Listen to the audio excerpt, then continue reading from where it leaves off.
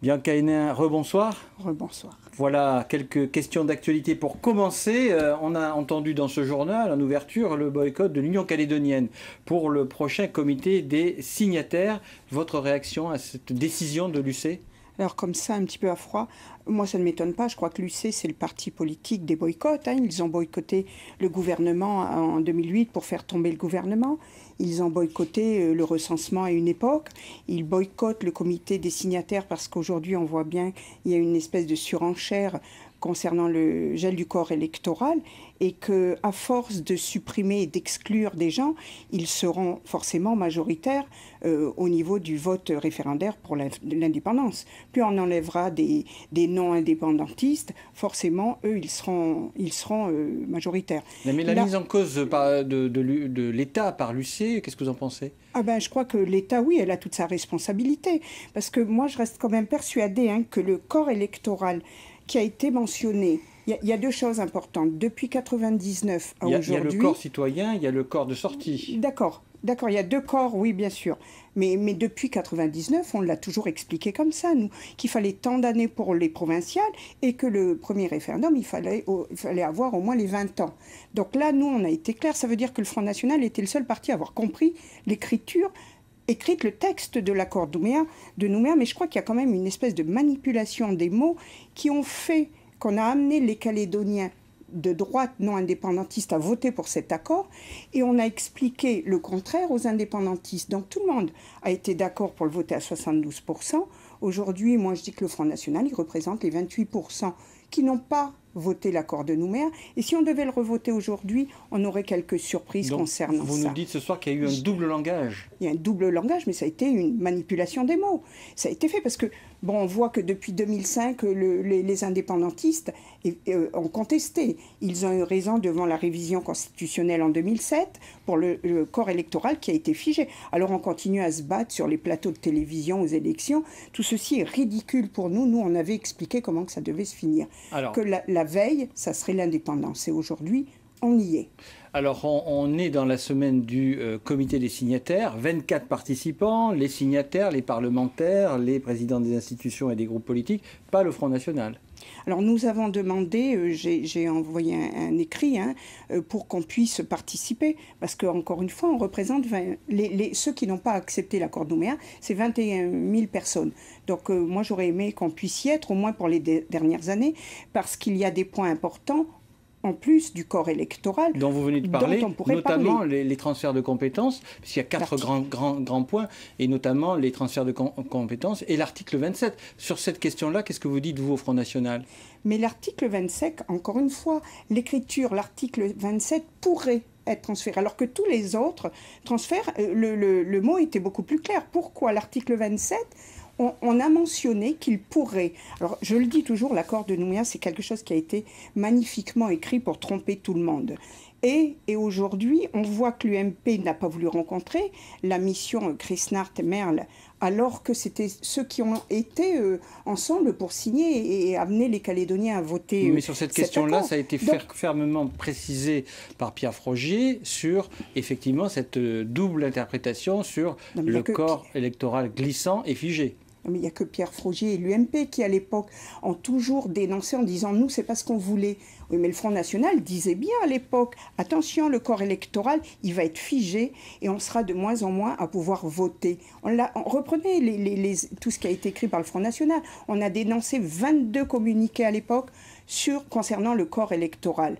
Alors voilà, moi j'ai dit en tout cas, puisque nous avons été invités très cordialement par le haut-commissaire, pour la première réunion concernant, à savoir si on devait réinscrire les Calédoniens volontairement ou non sur la liste. Nous, on a mentionné qu'on ne le voulait pas, mais en tout cas, 20 ans après, on n'a pas réglé le corps électoral. Alors revenons à l'article 27, si vous voulez bien, parce qu'on a beaucoup parlé du corps électoral maintenant. Pourquoi est-il dangereux cet article selon vous ? D'abord, bien sûr, il concerne l'audiovisuel, il concerne aussi les universités, mais le plus important, c'est les communes. C'est là où les indépendantistes font le forcing, on le voit bien. Et la question qu'ils posent justement à l'État, l'UC et les partis indépendantistes, c'est de reprendre l'article 27 avant le premier référendum. Et moi, lorsque les experts en ont parlé, puisqu'on a eu des experts qui ont rendu un rapport, ils parlaient de l'article 27 qui pourrait ne pas être transféré. Moi, je dis c'est encore tromper les Calédoniens. L'article 27 concerne les communes. Dès lors qu'il est à ce moment-là rendu à la Nouvelle-Calédonie, le corps électoral figé va s'appliquer aux communes. Ce qui veut dire que ça peut quand même changer le paysage des 33 communes de des Calédonie. 33 communes avec des maires indépendantistes. Donc là, on rentre petit à petit dans l'indépendance pure et dure, sans complication. Le dossier calédonien... Mais attendez, là où on trempe les gens, c'est de dire qu'on va faire voter les Calédoniens pour le premier référendum, c'est-à-dire qu'on aura récupéré tous les transferts de compétences, sauf l'article 27, que l'on aurait gardé dans un tiroir. C'est complètement faux. Les 4 dernières compétences régaliennes, on les connaît. L'article 27, et ce n'est pas pour donner raison à l'UC ni au FLNKS, mais ça c'est ce qu'on disait jusque-là, l'article 27, c'est encore quelque chose pour alimenter en tout cas les débats politiques jusqu'en 2018. Alors un autre thème de ce comité des signataires sera le dossier nickel. Là on parle de l'avenir économique du pays, la question du schéma minier global et son absence. Est-ce que c'est regrettable pour vous ou pas? Bien sûr.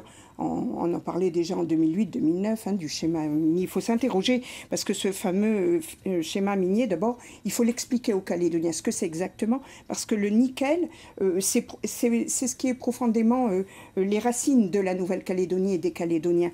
Ça fait 150 ans que le nickel nous fait vivre. Donc il y a 3 opérateurs. Un qui a un conseil d'administration français. Peut-être 4 avec le Vanuatu. Alors, c'est pire que tout, là. Oui, évidemment. On a en tout cas des opérateurs miniers qui sont dans un monde des finances. C'est des multinationales. Les dessous de carte, on ne les connaît pas. Moi, je dis là-dessus, il y a très peu de gens. Par contre, là où il y a un danger, c'est que, et nous on l'avait dit pendant notre campagne électorale, on va continuer à dilapider le sol calédonien sans bien avoir de schéma minier mis en place. Là, quand je vois quelqu'un qui a une concession minière, et c'est tant mieux pour eux, ils veulent exporter le minerai alors que pour faire travailler des Vanuatais, moi je dis que c'est très bien. Au Vanuatu, il y aura une usine, ils vont pouvoir faire travailler des Vanuatais. Mais je préfère en tout cas qu'on nourrisse les familles calédoniennes, parce que ça devrait être un devoir de faire travailler les Calédoniens avant d'exploiter le minerai et l'envoyer...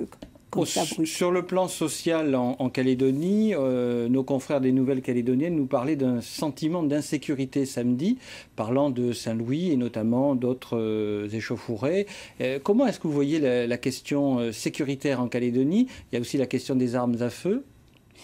Oui, j'ai vu aussi qu'il y avait un article récent qui paraissait dans le quotidien qui nous dit qu'il n'y a pas tant de délinquance que ça, les chiffres sont en baisse, mais par contre c'est juste un sentiment d'insécurité. Je trouve que là quand même c'est se moquer un peu d'abord des Mandoriens qui eux tous les jours, je ne sais pas si c'est un sentiment l'insécurité, mais je crois qu'en Calédonie il y a vraiment une insécurité et c'est un problème d'éducation familiale et d'éducation civique après à l'école.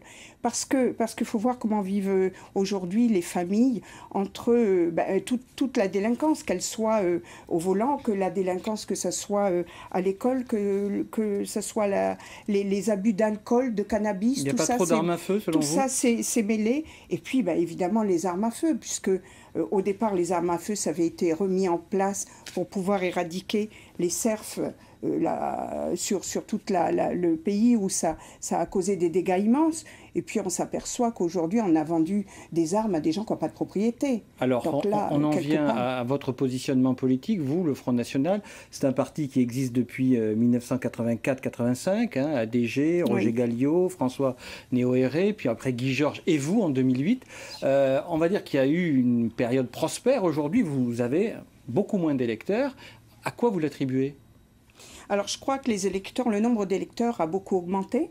Nous, par contre, on a fidélisé notre électorat, mais on n'a pas de voix supplémentaires.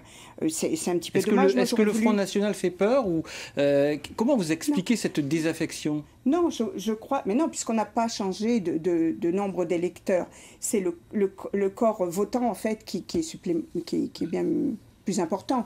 Ce qu'il y a, je crois que les Calédoniens sont habitués aux grands partis politiques qui leur font toutes les belles promesses, ça, le Front National n'a pas le même discours. Honnêtement, rappelez-vous aux élections, quand je disais, attention, le Medipol, les dépenses, attention aux dépenses, par exemple, de Néobus. C'est quand même 26 milliards. Aujourd'hui, on balaye des milliards et on voit que dans quelques temps, on va nous voter toutes les taxes. Donc voilà, moi, je n'ai pas un discours qui attire parce qu'on a un discours de prudence. Et je disais qu'il fallait aller au premier référendum. Donc je pense que là, les gens ont eu quelques craintes et réticences. Et vous allez vous repositionner dans votre discours ou vous allez garder cette ligne-là pour reconquérir un électorat ou pour l'agrandir? Alors, pour quel électorat? Aujourd'hui, le prochain, ça sera en 2018. Pour avoir des élus. Vous n'êtes pas élu vous-même. Tout à fait. Tout à fait. Mais bien sûr qu'il faut. Mais je crois aussi qu'on a un travail à faire et que les Calédoniens vont prendre plus confiance après 2017. Moi, j'ai bien entendu qu'un indépendantiste, dans son discours sur les radios, disait « Attention, il faut absolument que l'on récupère la compétence de l'article 27, parce que si Marine Le Pen passait au pouvoir et devenait présidente de la France, elle effacerait tout l'accord de Nouméa. » Mais j'ai envie de dire, on raconte n'importe quoi. Marine Le Pen ne peut pas effacer l'accord de Nouméa. On déroge à la Constitution française et on a l'organisation de l'accord de Nouméa. Elle ne peut pas effacer. Donc. Par contre, excusez-moi de finir, elle peut modifier des choses. Si Marine Le Pen, en 2017, devenait présidente de la République, je pense qu'en Nouvelle-Calédonie, elle rétablirait l'ordre et la justice. Et je pense que les forces de l'ordre qui seraient plus mobilisées sur le terrain, et on n'aurait pas peur de quelques 20 à 25 aillasseurs. Donc voilà, moi c'est ce que je dis, la différence. Donc Marine Le Pen, pour vous, si je comprends bien, c'est mieux que Nicolas Sarkozy? Certainement. Nicolas Sarkozy, il revient, il dit, aujourd'hui il a changé. Alors j'aimerais bien qu'il nous dise si c'est en mieux ou en pire. Voilà, parce que Marine Le Pen n'a pas changé son discours. Elle, ce qu'elle veut, c'est une France, une nation française forte, fière, mais fière au milieu de l'Europe. Une dernière question sur le landerneau politique local, les divisions du monde loyaliste, est-ce que cela vous afflige ou pas? Oh non, parce que ça va continuer les divisions, je pense. Ce qui m'a beaucoup affligé, c'est qu'ils n'aient pas voulu du Front National à l'époque pour faire partie de ce qu'on pouvait appeler l'engagement dans la Nouvelle-Calédonie française. D'ailleurs, sur ce point, on n'était pas d'accord, parce que certains veulent être en association avec la France, certains veulent être une nation. Attention, une nation, c'est indépendant. Une nation dans une autre nation.